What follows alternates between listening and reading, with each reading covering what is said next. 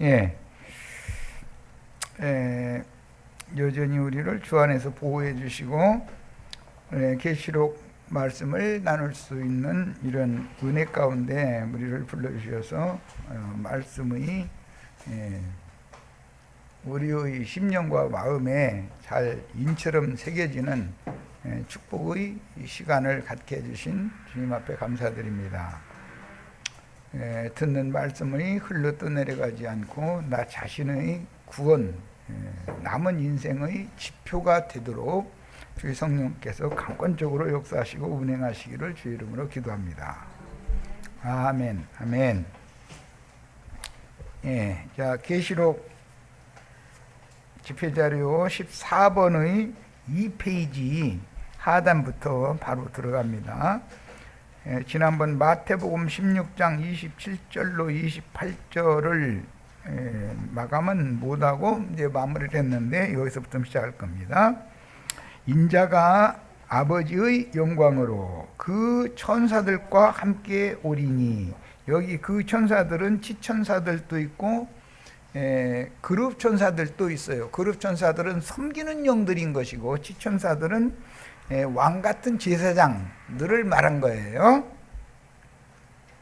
그때에 각 사람이 행한 대로 갚으리라. 22장 12절 지난 시간에 같이 읽었었는데,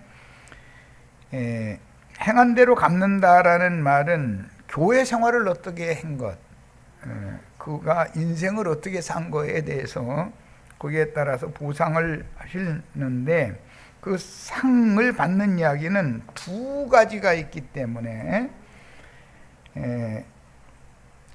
복음을 회개하고 복음을 믿음으로 얻는 구원, 이것은 일반적으로 누구나 얻는 상이죠, 믿는 이들이라면. 그런데 히브리서 10장 35절에는 큰 상이라는 말이 이제 특별한 용어예요. 그거는 그래서 해와 달의 영광이 다르고 달과 별의 영광이 다르고 별과 별의 영광이 더 다르다라고 표현을 했기 때문에 큰 상을 받는다라는 것은 그의 밝기가, 내면의 밝기가 얼마나 밝으냐의 정도를 지금 말하는 거니까, 일반적으로 상을 받는다라는 그런 용어와 큰 상을 받는다라는 용어는 구분이 된다라는 걸 잘 이해를 하고 계셔야 됩니다. 이 문제를 이해하기 위해서 마태복음 10장 41절 읽겠습니다.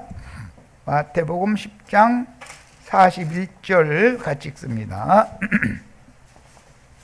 이것은 지자들을 영접하는 자들에 대한 일반적인 상을 말하는 거예요. 선지자의 이름으로 선지자를 영접하는 자는 선지자의 상을 받을 것이요, 의인의 이름으로 의인을 영접하는 자는 의인의 상을 받을 것이요, 또 누구든지 제자의 이름으로 이 작은 자 중 하나에게 냉수 한 그릇이라도 주는 자는 내가 진실로 너희에게 이르노니 그 사람이 결단코 상을 잃지 아니하리라. 여기 마지막에 이 작은 자 하나에게 냉수 한 그릇이라도 주는 자, 이 이야기는 마태복음 25장에 다시 한번 나오죠.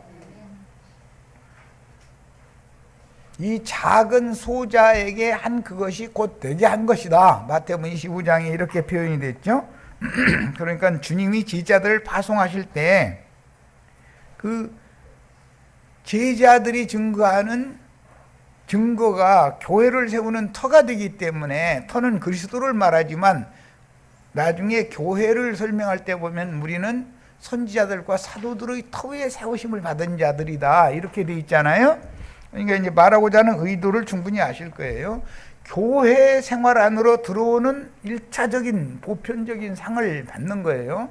교회 중에서 이기는 자들에게 주는 큰 상이라고 하는 상은 또 다른 거예요. 세상에서 교회 중에 들어온 사람들은 구원 얻은 사람들이라는 뜻이잖아요. 그 상과 교회 중에서 이기는 자들에게 주는 큰 상이라고 하는 상은 구분이 된다는 걸 아셔야 돼. 이런 성경을 자세히 알지 못하는 사람들은 구원받는 것이 상이지 이러는 사람들이 다 있어요. 물론 그게 상입니다. 그런데 구원받은 것만을 추구를 하면은 백성 되는 것만을 추구한다는 뜻이기 때문에 그건 큰 상이 무언지 의미를 모르는 사람이에요. 자, 히브리서 이제 10장 35절 거기는 큰 상 이야기가 나오니까 히브리서 10장 35절을 같이 읽겠습니다. 우리는 어떤 말씀을 추구를 할 때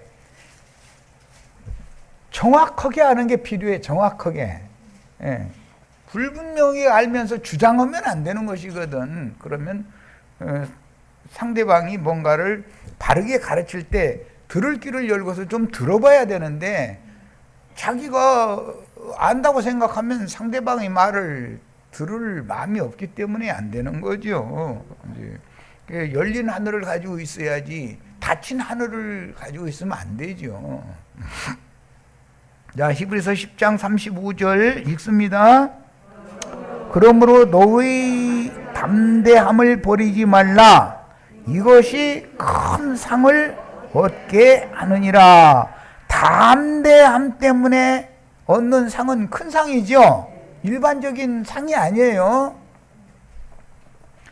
예, 나는 쉽게 표현하느라고 바울사도와 같이 그런 많은 환난과 핍박과 이런 것을 다 견디면서 복음을 위해서 일생을 헌신한 그분의 상과 수원의 김아무개라는 형제의 상이 같다 그러면은 그건 하나님이 완전히 싸가지 없는 하나님이지. 나는 그런 하나님 안 믿어. 안 믿어져.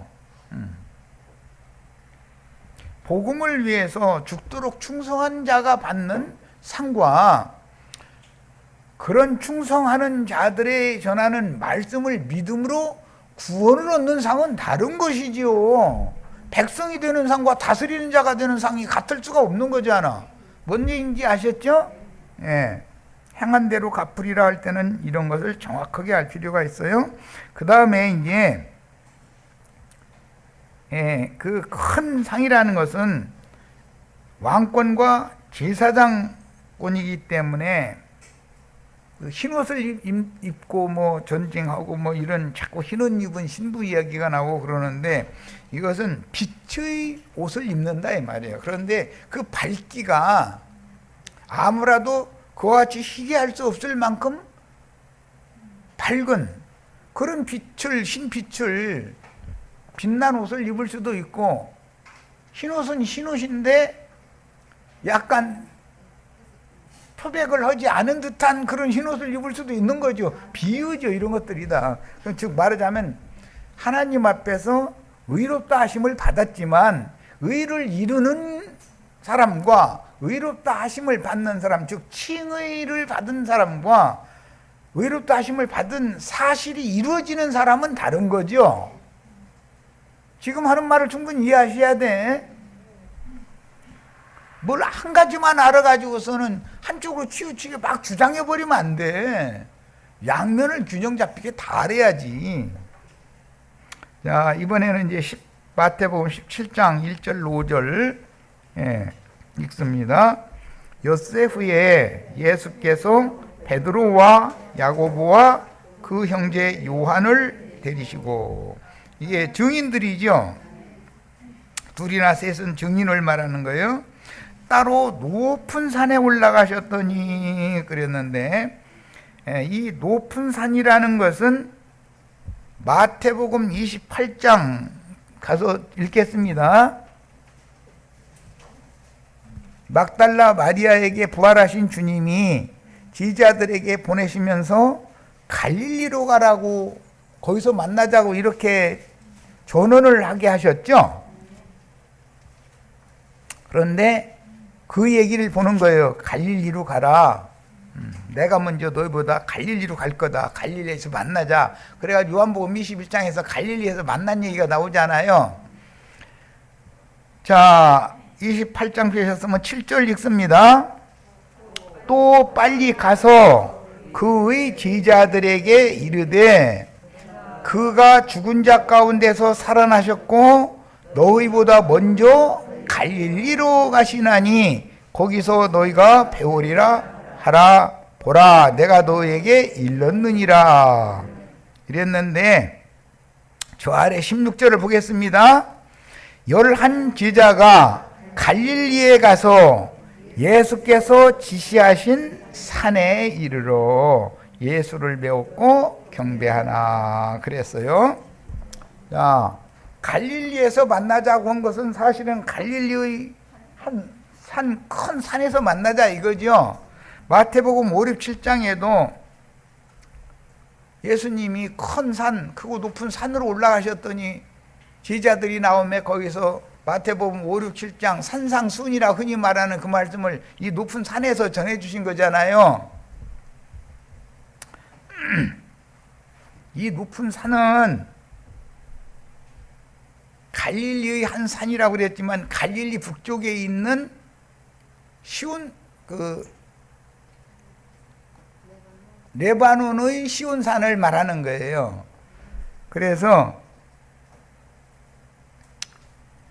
신명기 4장 48절에 보면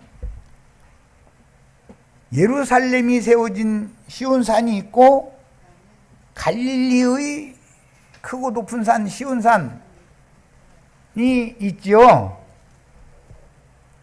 신명기 4장 48절 봅니다. 그 얻은 땅은 아르논 골짜기 가장자리의 아로엘에서부터 시온산, 여기 나오는 시온산은 히브리서 12장 22절에 나오는 하늘의 시온산이에요. 곧 헤르몬산까지요. 이게 시온산, 헤르몬산을 시온산이라고 부르는 거죠. 이건 갈릴리의 한 산이단 말이야. 그 다음에 다윗이 여부스 족속에게서 빼앗아서 예루살렘 성을 세운 7 구름으로 되어 있는 산, 거기가 시온이라고 그러죠. 저 미국 가면 험한 그 바위로 되어 있는 산 있잖아요. 뭐 안 보셨으면 뭐 내가 사진 찍어다 보여줄 수도 없는 일이고, 자이언 캐니언이라고 그래가지고 이제 영어로는 시온을 자이언이라고 하죠. 그 자이언 캐니언이라고 하는 그런 바위산이 있죠.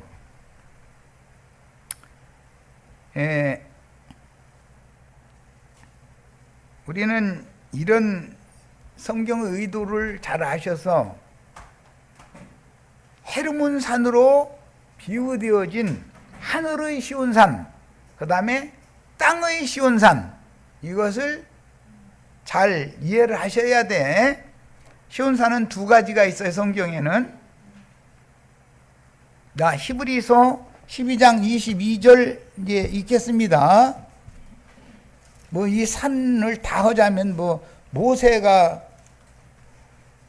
광야에서 크고 높은 산에 올라갔었죠. 거기가 호렙산이라고도 하고 시내산이라고도 그러잖아요. 그런데 그것은 예수님이 제자들을 데리고 올라가서 산상수훈을 했던 산이고, 부활하신 예수님이 또 11 제자들을 만나주시는 산이단 말이에요. 그 산에서 만나가지고 아버지께서 나를 보내신 것과 같이 내가 너희를 또 보낸다 해서 파송받는 산이잖아요.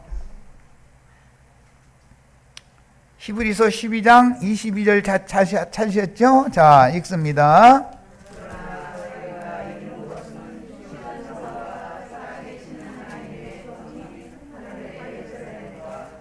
예, 거기 자, 잘 이해를 하셔가면서 읽으셔야 돼. 하늘의 우리가 이른 곳은 이를 곳이 아니에요. 기독교인들은 거기에 이르고자 하지요. 그런데 우리는 이미 이르러 있는 거예요.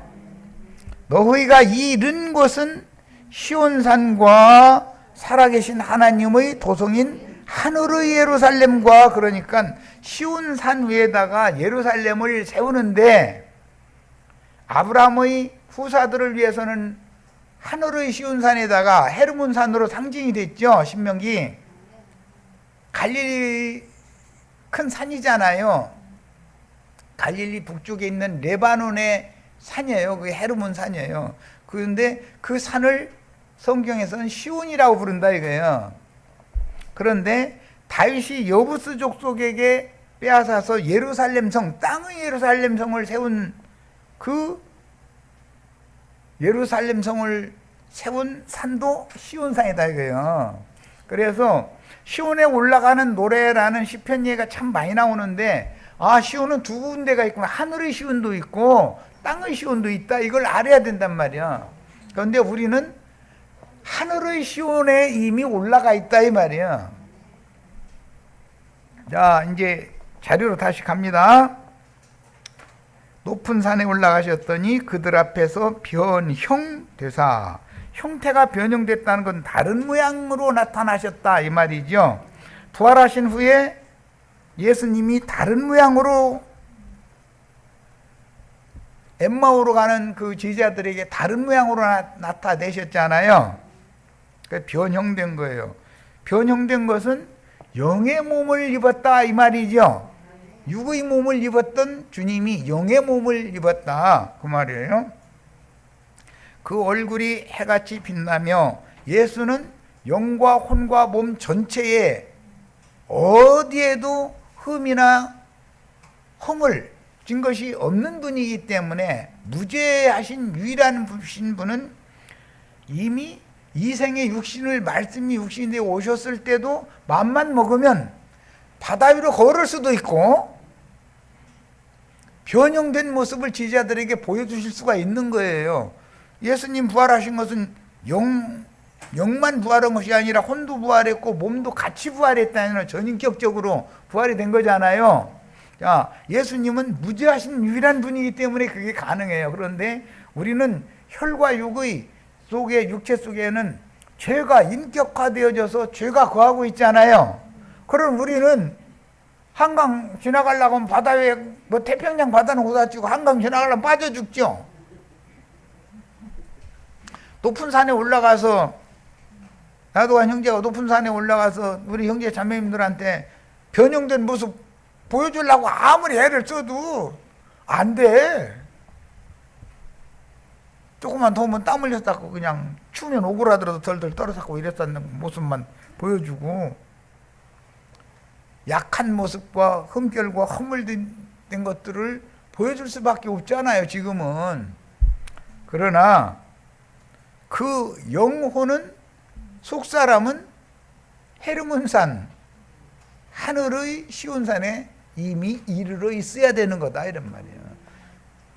그러면 위로부터 오는 저서로 덧입는, 즉 혼의 구원을 이루는 교회 생활을 마치고 나면 겉사람은 날로 후패하고 속사람은 날로 새로워져 가지고 영의 몸을 입고 주와 함께 영광 중에 나타나는 날이 오는데 우리는 이것을 지금 기다리고 있는 중이단 말이에요. 예수님과 다른 점은 그거지요 지금. 자, 신명기 34장 1절로 8절을 읽겠습니다. 이거는 모세가 올라가서 죽은 산이 나오죠. 신명기에 보면 처음에는 모세가 시내산 꼭대기에 가서 40일 동안 금식하면서 말씀 받았잖아요. 그랬다가 광야 끝에 모압 평지에 있는 산, 그 산에 올라가서 요단 건너 서편에 있는 소알성까지만을 이상을 보는 거예요. 자, 신명기 34장 끝장 봅니다. 1절에서 8절.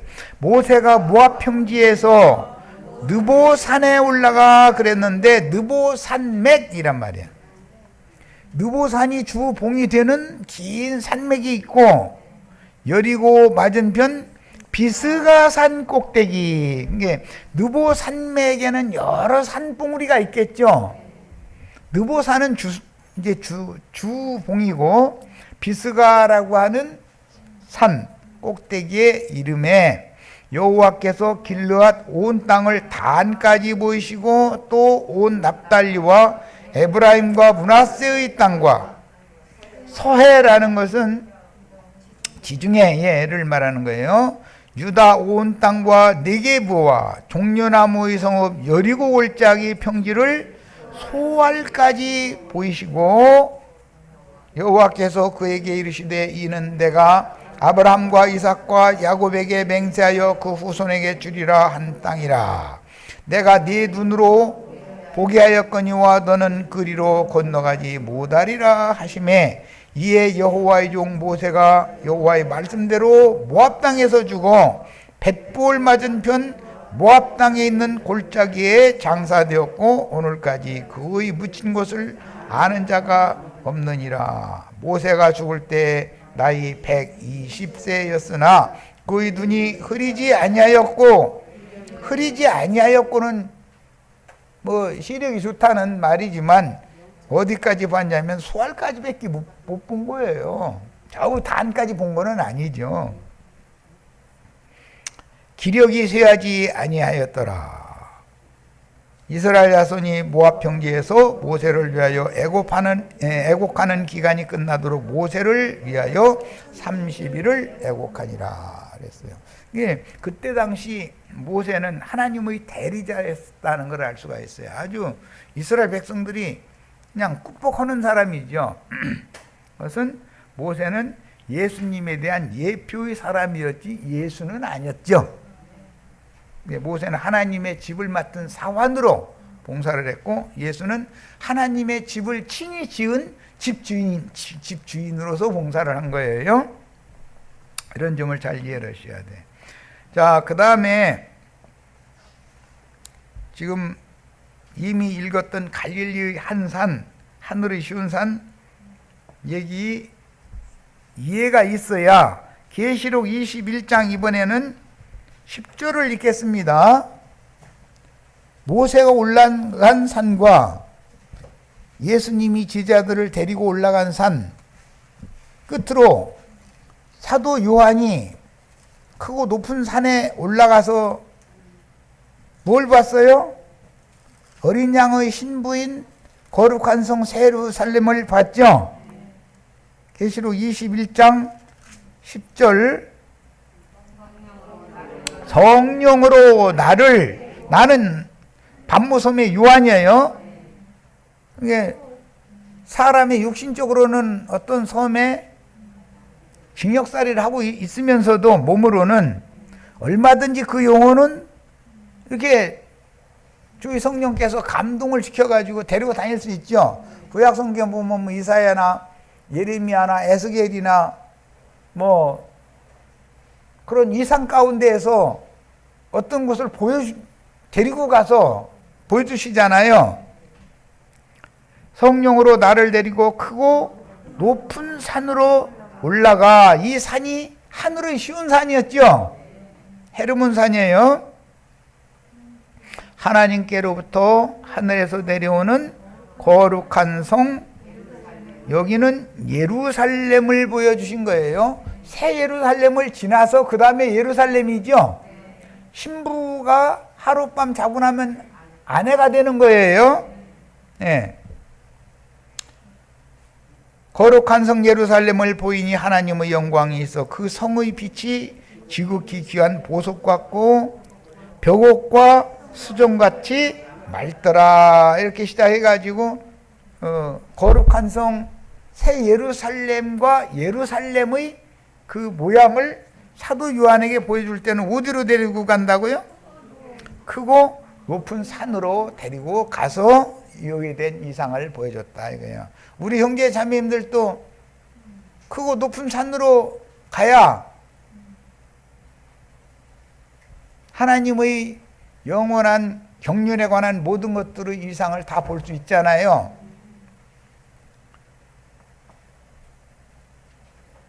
그런데 산기도 간다고 날마다 뭐 갈멜산 기도원이니 뭐 무슨 산 기도원은 대부분 산에다가 짓더만 그런 식으로 물질적인 산 얘기가 아니죠. 이거는 자, 이제 계시록 17장을 1절에서 3절까지 읽겠습니다. 또 7 대접을 가진 7 천사 중 하나가 와서 내게 말하여 이르되, 이는 심판의 천사죠. 7 대접은 불대접을 가지고 있는 천사니까, 이리로라, 많은 물 위에 앉은 큰 음녀가 받을 심판을 내게 보이리라. 어린 양의 신부 아내의 영광을 보여줄 때는 그 높은 산으로 데려가서 보여주셨죠. 그런데 많은 물이 앉은 큰 음녀가 받을 심판을 보여주실 때는 땅의 임금들도 그녀와 더불어 음행하였고 땅에 사는 자들도 그 음행의 포도주에 취하였다 하고 곧 성령으로 나를 데리고 광야로 가니라 그랬어요. 야, 심판받을 큰 음료를 보여줄 때는 어디서 보여줘요? 광야에서 보여주죠. 예수님이 사역을 시작할 때 성령에 끌려서 광야로 내몰려 갔죠. 거기서는 마귀의 시험을 받는 거예요. 거기서는 땅의 예루살렘 성전에서 마귀가 뛰어내리라 등등의 땅의 예루살렘에 관련된 것을 보잖아요. 그런데 우리는 땅의 예루살렘을 떠나서 하늘의 예루살렘으로 예수님의 성령에 이끌려서 신부성으로, 아내성으로 들어가는 권세를 얻는 것을 지금 이상을 보고 있다 이 말이에요. 이런 얘기는 기독교계에서는 가르치지를 않으니까 모르죠. 이런 얘기하면 그 이상한 얘기만 한다고 해서 자꾸 산기도 가자고 하니까, 그들이 말하는 산기도 가면은 베델과 단에 산당에 가가지고 금송아지 우상 숭배하러 가자 그 얘기죠. 푸른 나무 아래 가서 다 엎드려서 절하고 하러 가자 그 얘기잖아요.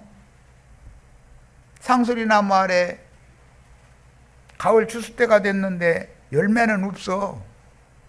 그래가지고 강하기는 얼마나 강한지, 상수리 나무 참나무란 말이야.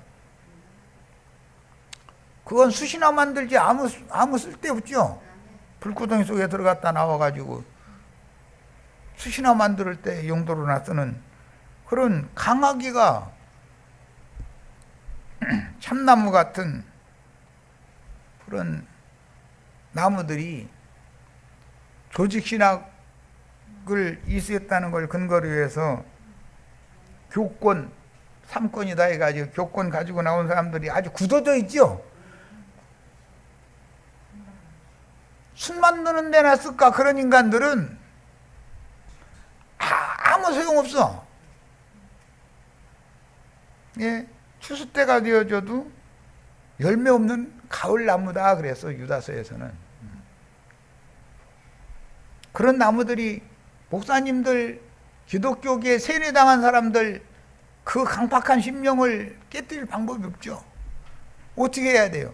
불 쪽에다 듣고 숯불 만들어서 이제 하나님이 유용하게 써야지. 영원히 꺼지지 않는 강한 열을 내는 그 숯 만드는 데나 써야지. 뭐 그런 인간들은 어디다 쓰겠어. 이 이해가, 산에 대한 이해를 할 때 이걸 잘 이해를 해야 돼요. 저주받은 누아가 심겨져 있던 산을 들어서 바다에 던지면 그대로 되지요. 그게 불탄산이고 멸망산이잖아요. 불탄산이라는 그 산에 열매 없는, 가을이 됐는데, 추수 때가 됐는데 열매 없는 가을 나무들만 가득하니까 아무 쓸모가 없잖아. 그러니까 그 산 들어서 그냥 던져버리는 거잖아, 바다에다가. 그러면은 먼저 산에 불 붙었다가 나중에 그 불이 바다로 옮겨 붙는 거래요, 이제. 기독교계가 지금 땅의 예루살렘이죠. 그 기독교계 하나님이 불로 심판해버리고 나서 기독교계를 들어서 세상에다가 던져버리잖아요. 그러면 바다에도 불 붙는 거죠. 불 붙은 산 던져버리면. 이게 하나님이 뜻이다. 이런 얘기면, 그럼 우리가 지금 세상과 함께 우리가 영원한 불못에 들어가느냐고. 그렇다니까요. 목사님들 정신 차려, 제발. 그 사람들이, 목사들이 지옥 사자예요. 천국 문 열어주는 천국의 사자들이에요.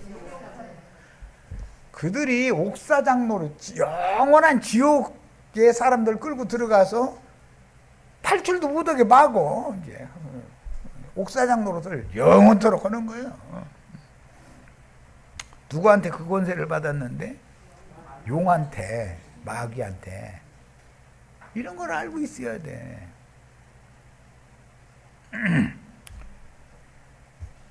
자, 그래서 그 얼굴이 해같이 빛나며 옷이 빛과 같이 휘어졌더라. 말할 때 호련히 빛난 구름이, 구름도 빛난 구름도 있고 흑암과 유암의 구름도 있죠. 구름 얘기하면 두 가지가 있어요. 세상 교회 목사들은 흑암과 유암의 구름이죠.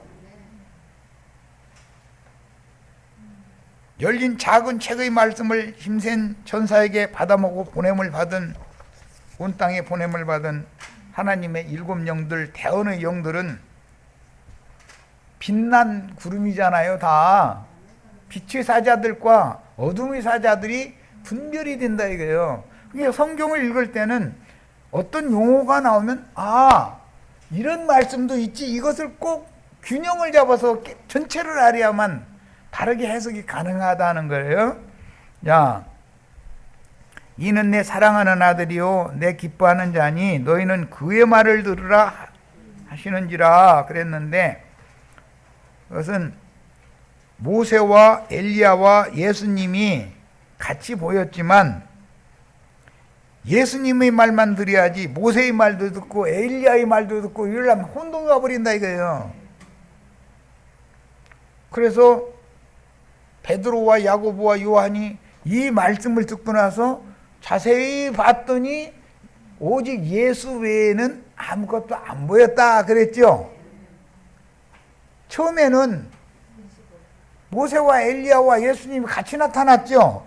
그러니까 여기 가지고 싸운 이 집 초막 3개 지어놓고서는 모세를 위해서도 집 하나 짓고 엘리야를 위해서도 집 하나 짓고 예수님 위해서도 집 하나 짓고, 그러면은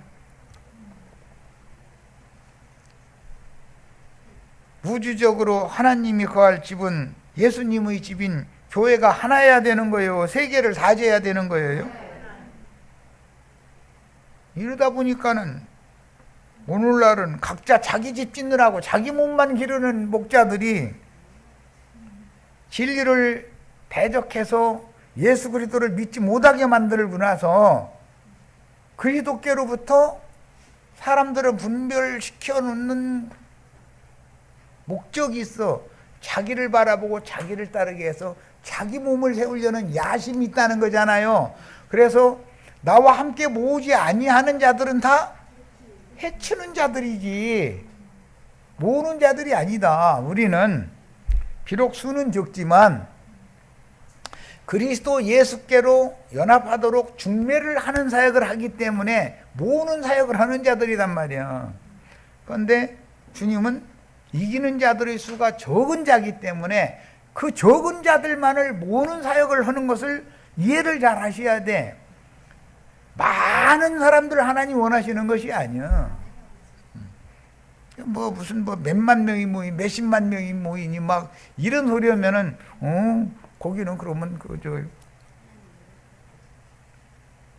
사탄의 보좌가 세워진, 그게 사실은 마귀의 집이지 그게 주님의 집이 아니잖아. 이런 것 정도는 알아야지. 자, 너희는 그의 말을 들으라 하시는지라 그랬는데 사도행전 3장 21절로 23절은 신명기 18장 15절로 19절에서 이게 인용하는 말씀으로서 신명기에서는 모세와 같은 선지자예요. 하나를 세운다는 거예요. 그런데 사도행전 3장에 가서는 모세는 예표였고 실제는 예수님에 대한 예표다. 예수님이 말을 들어야 된다는 거잖아요.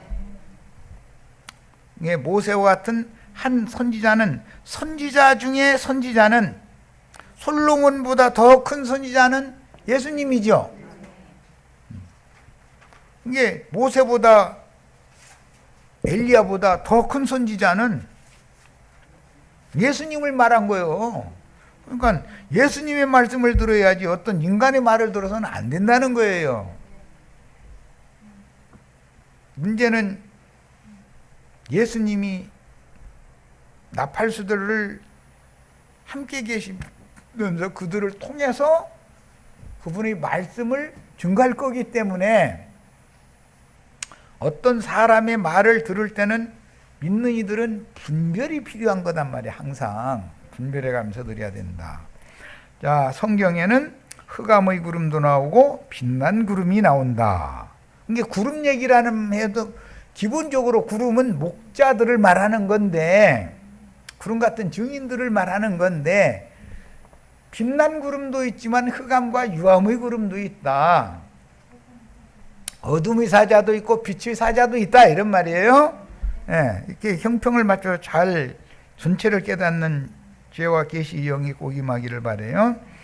자, 마태복음 24장 29절로 31절 더 나갑니다. 그날 환난 후에 즉시 해가 어두워지며 달이 빛을 내지 아니하며 별들이 하늘에서 떨어지며 하늘의 권능들이 흔들리리라. 마가복음 13장이나 누가복음 21장에도 동일한 문구가 나오는데, 이건 계시록을 지금 우리는 나누니까 6장에 이 말씀이 나오죠. 계시록 6장 12절로 17절을 읽겠습니다. 뭐 여러 번을 내가 인용을 했던 구절인데 기왕 말씀이 나가니까 더 읽어 나가는 거예요. 12절로 17절까지 내가 보니 여섯째 인을 떼실 때 큰 지진이 나며 해가 검은 털로 짠 상복같이 검어지고, 예수님 죽일 때 6시간 동안 그렇게 온 땅에 어둠이 가득했죠. 그러니까 악령들이 극도로 역사한다 이 말이잖아요. 빛을 가려버리는 거예요. 달은 온통 피같이 되며 해, 달, 별에 대한 비유는 지금 계시록 이 말씀을 말하는 거예요. 피같이 됐다는 건 세상 교회는 다 심판해 버렸다, 그 말이죠. 그래서 달은 온통 피같이 되며 하늘의 별들이 무화과 나무가 대풍에 흔들려 설리곤 열매가 떨어지는 것 같이 땅에 떨어지며 그랬어요. 예. 별들이 떨어지는 얘기는 양면이 있어요. 똥별 얘기도 있고, 속세에서도 큰 인물이 죽으면 별이 떨어졌다 이렇게 표현하죠. 그러니까 밝은 빛을 내던 하나님의 사자들이 죽는 것도 별들이 떨어지는 것으로 상징한다 이거. 그런데 깜깜한 흑암으로 돌아갈 유리하는 별들로 떨어지는 경우도 있죠. 사탄이 용의 꼬리로 하늘 별 3분의 1을 끌어다가 땅에 내 던지는, 추락시키는 경우도 있잖아요. 별도 있잖아요. 그러나 빛난 별도 있기에 마련이다 이거예요. 그런데 그 빛난 별들이 떨어지는 것은 순교당하는 것을 말한다 이 말이야. 하늘은 두루마리가 말리는 것 같이 떠나가고, 이 말씀은 이사야에서 인용하는 말씀으로서 무화과 나무 잎이 말리듯이, 포도나무 잎이 말리듯이 이렇게 떠나갈 때, 하늘이 떠나갈 때는 큰 소리로 떠나간다. 베드로후서 3장 10절에는 이렇게 인용이 됐고, 여기에 와서 하늘은 두루마리가 말리는 것 같이, 이 선지자의 예언에는 무화과 나무 잎, 그 다음에 포도나무 잎이 마르는 것처럼 이렇게 떠나간다 그랬어요. 이것은 이제 이 세상에는 더 이상 은혜의 때, 빛으로 역사되는 주님이 그 종들을 통해서 빛의 말씀을 증거할 필요가 없게 됐다 이 말이야. 그러면은 떠나가는 거예요 이제. 예. 그러면 세상에는, 땅에는 땅과 바다에는 온통 어둠이 가득할 거다 이거예요.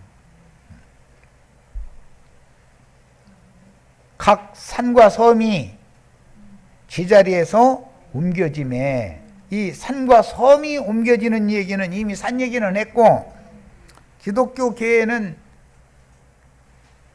많은 산들이 있죠. 큰 산과 작은 산들이 요동하게 돼 있다 이거예요. 그런데 섬이라는 것은 세상의 바다에 있는 무치지요, 육지지요. 그것은 세상에 있는 교회들을 상징한 건데, 그런 것들이 다 떠나간다, 제자리에서 옮겨진다. 여기에는 주님이 이기는 자들, 빛의 사자들을 데리고 가면 그 면도 있지만, 지옥세계로 나머지는 옮겨질 거 아니야. 불붙은 유리바다 속으로. 그런 면이 있는 거다. 이게 이런 거에 대해서 이해가 있으셔야 되겠어요. 그러니까 땅의 임금들과 왕족들과 장군들과 부자들과 강한 자들과 모든 종과 자유인이 굴과 산들의 바위 틈에 숨어서, 그러면 예수를 안 믿는 건 아니죠. 롯의 믿음이죠. 모세의 믿음이죠. 롯이 이랬잖아요. 굴 속에 들어가서 일 저질렀죠. 모세는 바위 틈에다가 숨겨놔뒀잖아요. 산들과 바위에게 말하되, 이게 우리 교회와 바위도 반석이신 그리스도만 있는 게 아니라 대적의 반석이라는 것이 있어. 마귀의 영을 대적의 반석이라고 그러는 거잖아요. 세상의 영으로 점령된 사람들의 영은 바위여 다. 그들도 다 영적 그러니까 예수님의 영과 다른 영이잖아요. 예수의 영이 아니라 다른 영을 받은 사람들이잖아요. 우리 위에 떨어져서 그랬는데, 비유라 이거는 우리를 보호해다구라는 뜻이에요. 그런데 말씀대로 사람의 손으로 하지 아니하고 뜨인 돌이, 바위가 하늘로 올라갔다가 큰 산을 내려와 가지고 쳐가지고 가루 만들어서 흩어버리죠. 그러면 돌 떨어지는 거잖아요. 예수 그리스도의 성령이 도적같이 오시고 심판의 말씀을 그 종들의 입에 넣어줘서 불대접을 쏟아붓는 것은 사람의 손으로 하지 아니하고 뜨인 돌이, 큰 돌이 지금 떨어져 가지고 하늘에 올라갔다가 다시 떨어져 가지고 기독교계를 완전히 쳐 가지고 흩어버리는 거잖아요, 세상으로. 그래서 굴과 산들의 바위 틈에 숨어 산들과 바위에게 말하되, 우리 위에 떨어져 보좌에 앉으신 이의 얼굴에서와 그 어린 양의 진노에서 우리를 가리라. 그들의 진노의 큰 날이 이르렀으니 누가 능히 서리요 하더라. 그러니까 그때사 하나님의 진노와 어린 양의 심판 앞에 자신들이 구원을 틀림없이 받았다고 생각했는데, 자신들이 배나 더 지옥 자식이 되어지는 심판의 자신들에게 임한다는 것을 그때서 깨달은 거잖아요. 누가 심판하시는 주님 앞에 서리요, 이렇게 탄식을 한다는 거니까. 그러니까 예배당 목사님들 거짓말 계속 듣고 있다가 이날까지 회개하지 않고 이런 말씀 증거가 나팔이 부러지는데도 이거 이단이더만 그러고, 그 계시로 강의한다고 그러던데 들어보니까 영 나하고는 안 맞더만. 안 맞지. 세상 사람하고 맞을 리가 없죠. 영이 다른데 그들은 세상의 영을 받은 사람이고 우리는 진리의형을 받은 사람이고 완전히 다르지 사실은. 그래서 나팔 소리가 들려도 자기네들의 잘못을 회개하고 돌이키지 않는 자들 얘기가 계시록에 나오고, 아, 우리가 잘못 믿고 있었구나 라는 걸 깨닫고 회개하고 돌이키는 자들 얘기가 나와 계시록에는. 그러니까 우리는 나팔 소리를 들으면 돌이켜야죠. 그래야지 괜히 쌀다리 없이 2단자니 3단자니 해가면서 쓸데없는 소리 나오고 앉았고, 끝내 돌이키지 않으면 쓰레기에 밖에 더 되겠어요. 돌이키면은 그거를 받아주시는 거니까. 지금은 마지막으로 구원의 나팔을 불고 있는 거잖아요, 종들을 보내서. 그런데 그게 계속되는 건 아니라는 거예요. 그 나팔 소리가 끝나면 이제 대접 심판이 부어지는 거니까 나팔 소리를 들으면 잘 분별해서 들어야 되는 거예요. 자, 그날의 환란이란 예루살렘이 군대에게 에워싸이는 날의 환란이다. 구약 성경에 예레미야가 2장 1절이나 에스겔 38장 9절, 16절, 요엘서 2장 2절 이런 것은 하나님이 유다와 이스라엘을 심판하기 위하여 적군을, 구름대같이 많은 적군을 보낸다는 거예요. 그러니까 구름대라는 것은 흑암의 구름도 있는 것이고 빛난 구름도 있는 거예요, 항상. 예, 우리는 그런 말씀을 알 수 있고, 스바냐 1장 15절은 본인의 성경으로 찾아 읽어보겠습니다. 그날은 어떤 날인가? 이제 스바냐 선지자가 앞선 선지자들의 그 내용을 설명하는 얘기가 나오죠.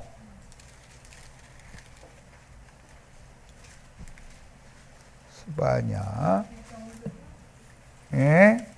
1장 15절. 이놈의 자꾸 1장 15절. 내가 더 늦게 쳤네. 그날은 분노의 날이요 환난과 고통의 날이요 황폐와 패망의 날이요. 그런데 그날 기독교가 그렇게 기다리죠. 그날 휴거된다고. 그런데 그날이 자신들이 휴거되는 날이 아니고 자신들이 우리 형제 자매님들 휴교시켜주고 나서 짐승의 때를 땅에 살아있는 거잖아요. 그러다가 이날 당하는 거잖아요.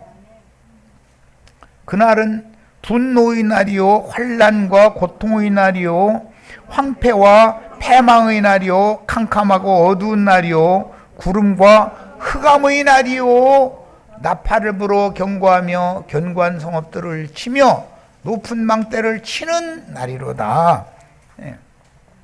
지금 계시록의 증거를 하면서 이런 말씀을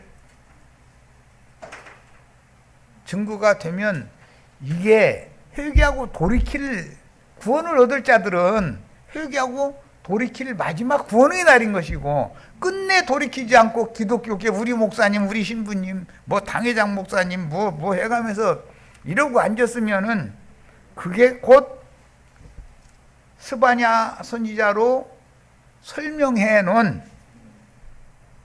하나님의 심판의 날이다 이거예요. 이것을 너무 깜깜하게 모르고 있는 거예요. 참 우리는 답답하죠. 자, 마태복음 24장으로 자료로 다시 돌아갑니다. 그때 인자의 징조가 하늘에서 보이겠고, 이 인자의 징조는 해와 달과 별의 징조였죠. 해가 어두워지고 달이 피같이 되고 별들이 떨어지는 게 인자의 징조잖아요. 하늘에서 보이겠고, 그때 땅의 모든 족속들이 통곡하며 그들이 그때까지 땅에 남은 모든 족속이 되면 돼요, 안 돼요? 그야말로 휴거 미리 돼 있는 거 좋죠. 그들이 인자가 구름을 타고 능력과 큰 영광으로 오는 것을 보리라 그랬는데, 인자가 구름을 타고 능력과 큰 영광으로 온다라는 말씀은 능력은 원수들을 멸하는 능력, 빛은 어둠을, 빛난 구름은 어두운 구름을 몰아내고 빛으로 충만하게 할 수 있죠. 이 원수들을 멸하는 능력이요 영광은 빛이신 하나님의 나타나심이니 그때 하늘에 나타날 인자의 징조란 주께서 보내신 증인들이 영계를 크게 오해한 비진리들을 진리의 말씀으로 대적함으로 증인들을 비진리인 흑암의 권세를 가진 자들이, 사탄의 사자들이 이단자로 정죄하고 예수를 죽인 것처럼 죽이는 박해가 일어난다는 뜻이다. 마지막 나팔을 불 기회, 지난번에 누가복음 21장 12절로 15절 읽었는데 회당에 던져서 매질을 하고 관예에게 던져서 마지막 재판을 받고 죽게 만들죠. 그때가 관예에게 넘겨졌을 때가 증거의 기회다 이거예요. 마지막 나팔을 불 수 있는. 그런데도 돌이키지를 않아. 기독교계의 어떤 사람들은, 열매 없는 가을나무들은 돌이키지를 않죠. 그런데 오히려 그 증거가 이스라엘 12지파를 회개하고 돌이키게 만드는 근거가 된다는 거예요. 자, 여기까지만 조금 더 읽을까? 그때는 증인들이 나팔 소리로, 즉 증인들을 통해서 선포되는 믿음의 말씀, 구원의 말씀인 영원한 복음으로 재림하시는 주님을 맞으라고 외치는 증인들이 기독교계에서 박해를 당하고 죽임을 당할 때이고 그 때가 증거의 기회로 삼는 때다. 큰 나팔을 울려 불다가 주의 품에 데려가심을 받는 때이다. 그때는. 그런데 흑암의 구름, 그 구름대에 속한 기독교계의 구름대 같이 많지요, 기독교인들이. 그런데 그 구름대는 그게 심판의 구름이지 구원의 구름이 아니라는 걸 알아야 된다 이거예요. 구름은 두 구름이 있다 이거예요. 물 없는 구름, 목자들이지만 물 없는 구름도 있고 은혜의 단비를 내리는 구름도 있는 것이다. 이런 것을 이해를 잘 하셔야 돼요. 증인들이 나팔 소리로 다시 오신 주님에 대하여 번뜩 깨닫고, 이게 주님이 번개같이 온다고 그랬죠? 통회하며 영원한 복음으로 돌이킨 자들이 마지막 구원의 날들이 될 것이고, 한면에서는 나머지는 전부 쓰레기를 심판해버리는 날이 될 것이다 그 말이에요. 그때 오히려 이스라엘 12지파에게는 통회하는 영이 부어져서 스가랴 12장 13장에 예언이 되어 있죠. 각 지파별로 회개할 거라는 거예요. 그런데 사도행전 2장과 4장에서 1차적으로 응했죠. 그것이 계시록에 가서 반드시, 즉 오순절 성령 강림이라고 흔히 말하는 이것은 반드시 반복되게 되어 있는 거다. 그런데 오는 세상의 오순절 강림은 이스라엘 12지파들에게는 구원의 오순절 성령이 임하는 것이지만 기독교인들에게는 심판하는 오순절이 되는 것이다 라는 걸 알고 있으셔야 돼. 자, 그러니까 예수님과 사도들을 통해서 이루어진 사도행전 이야기는 구약 성경에는 여호수아서 내용인 거죠. 신약의 사도행전은 구약에는 여호수아서를 말하는 거예요. 구약의 여호수아서는 젖과 꿀이 흐르는 가나안 땅을 정복하는 전쟁 얘기를 하는 거예요. 그런데 신약의 여호수아서인 사도행전은 땅 끝까지 이르러 주님의 제자들이 돼 복음을 전파해 가지고 복음으로 사람의 심령과 마음을 정복하는 걸, 이건 실상이단 말이야. 실제단 말이야. 구약 성경의 가나안 땅 정복이라는 것은 모형인 것이고. 자, 여기까지 해서 첫 시간 마치겠습니다.